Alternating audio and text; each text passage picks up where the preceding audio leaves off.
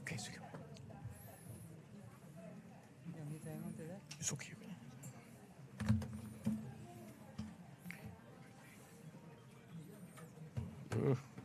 Minit lah. Untuk mi tu sini kakak mana?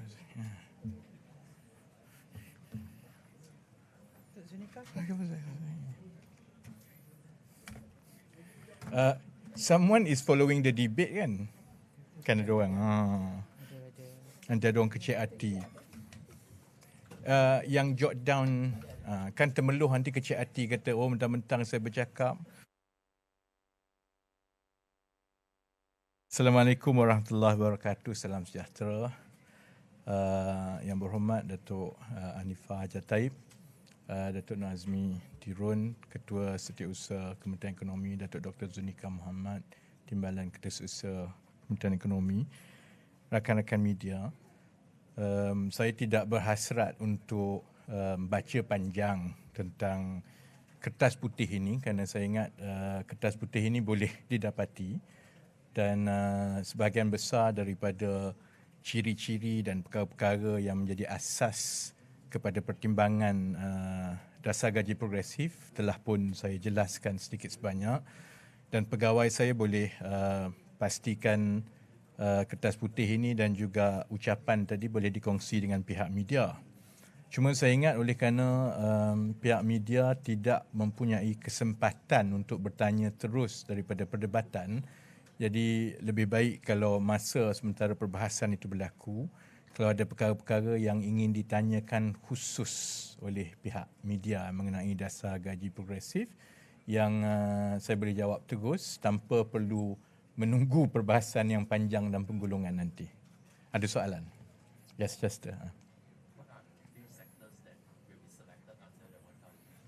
I don't want to preempt because it have to be done in an orderly manner, just to make sure that the whole process goes through transparently. Sebab itu kita akan bermula dengan jawatan kuasa. Jawatan kuasa kabinet akan memandu pelaksanaan dan dari segi cadangan, sektor, syarikat, itu akan melalui proses itu di jawatan kuasa pelaksanaan yang dipengerusikan bersama juga oleh saya dan juga Menteri Sumber Manusia. Sudah tentu masa kita membangunkan ini, kita dah ada beberapa konsep dan juga panduan bagaimana kita nak memilih. Jadi ia perlu bergantung kepada beberapa syarat, pertimbangan. Sudah tentu pertimbangan ini perlu dibincangkan dan dimuktamadkan di peringkat jawatan kuasa nanti. Pertimbangan-pertimbangan itu termasuklah contohnya sektor yang berkemampuan untuk melonjakkan gaji dengan menyertai model ini. Sebab kita ada banyak sektor. Kalau sektor itu contohnya memang dari jurang gaji dia itu terlalu besar. Jadi kalaupun kita pilih dan kita tumpukan untuk projek rintis ini untuk sektor itu, kebarangkaliannya jumlah majikan yang mampu melaksanakannya mungkin terlalu rendah. Jadi faktor kemampuan dan juga in terms of gap, because the whole idea is to provide a lift off. And if the gap is too big, and the maximum we will provide is only 200 per month for fresh graduates and entry level, and 300 per month for non-entry level. So first it depends on that. Kedua, dia juga bergantung kepada sektor-sektor tumpuan yang diselaraskan dengan keperluan negara untuk ke arah our economic restructuring. Kita tahu contohnya ada sektor-sektor yang memang diberikan tumpuan. Jadi sektor-sektor yang begini sudah tentu akan dipertimbangkan. Dia juga bergantung kepada sektor-sektor kritikal dalam negara. Sektor-sektor yang kita perlukan seberapa ramai bakat, talent yang baru untuk sektor itu, dan satu lagi contohnya juga ia bergantung kepada sama ada syarikat atau sektor itu dari segi kesenjangan gaji dengan kemahiran itu terlalu tinggi. If we think that some sectors who are so underpaid and that sector has the financial strength with the incentive to push it up, so we will consider all these factors. Jadi cuma dia agak sukar untuk kita tetapkan sekarang because it's a voluntary opt-in. So we will decide panduan dia bagaimana dan kita akan buka kepada pendaftaran bermula April dan daripada situ I think we will know better. But those are the guiding principles. Yeah.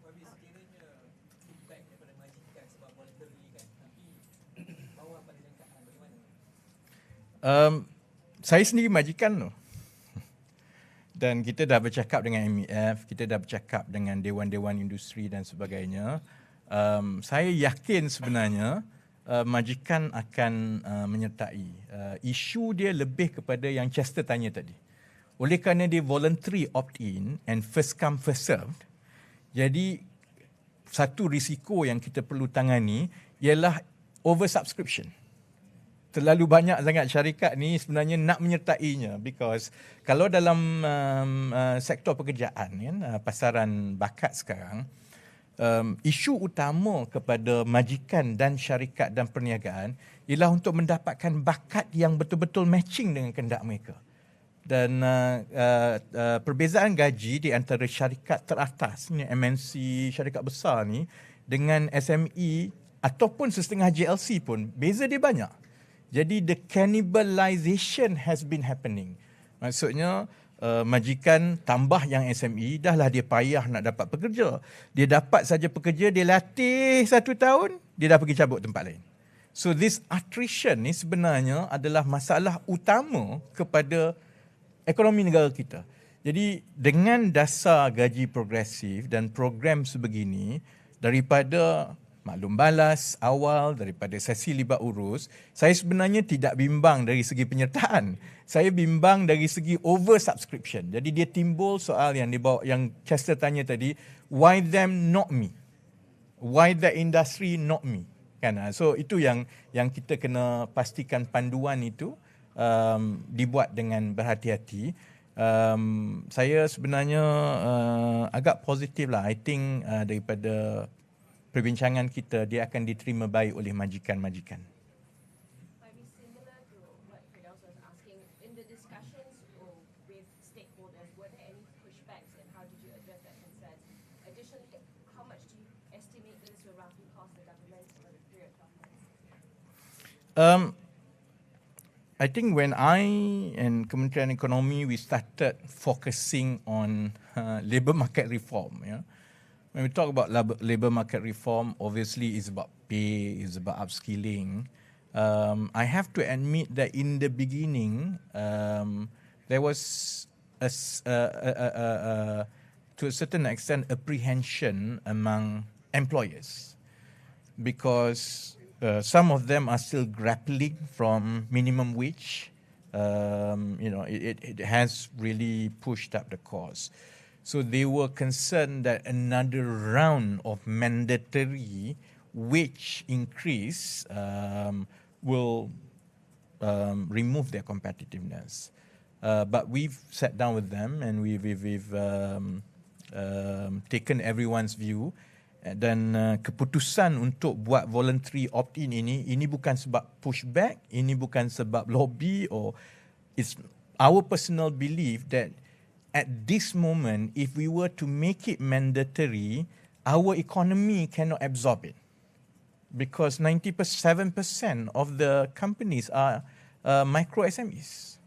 So the moment it is a voluntary opt-in with government incentive and with a commitment and structured upskilling for higher productivity on the part of the employees, employers have so far lauded it really well. Sebab itu, saya ingat masa mula-mula kita bercakap tentang dasar gaji progresif, ada banyak yang berkata bahawa ini akan ditentang oleh MEF, oleh itu semua.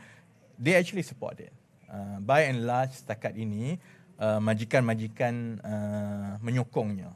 The burden is for us to make sure what we plan and the design, when it's implemented, it's really having an impact. And to make sure that for every RM1 that government allocates, this really improves the structure of our labour market, the pay structure, and most importantly, the skill talent in the economy. If anything, that is my fear more than what all the stakeholders are talking right now.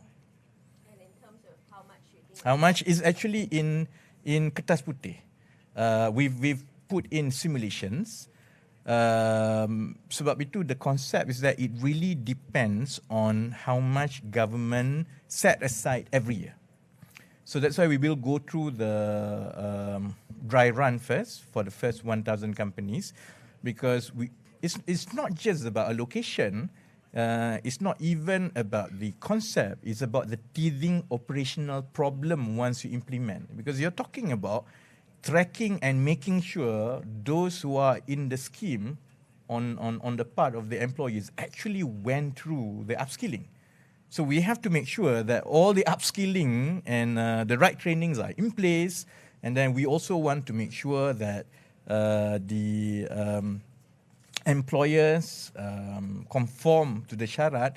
So I think once we go through that dry run until September 2024, and by then I think we will have a much better view about how much savings daripada all the rationalization and fiscal consolidation, we would be in a better position to decide how much.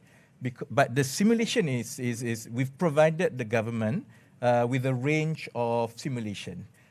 If we allocate 2 billion a year, it will cover 1.05 million. And the increase in GDP at what?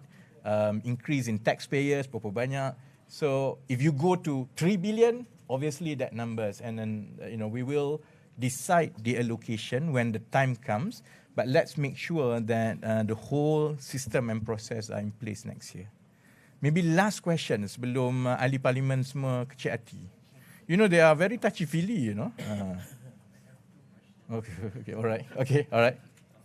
First is how much is budgeted for the pilot project?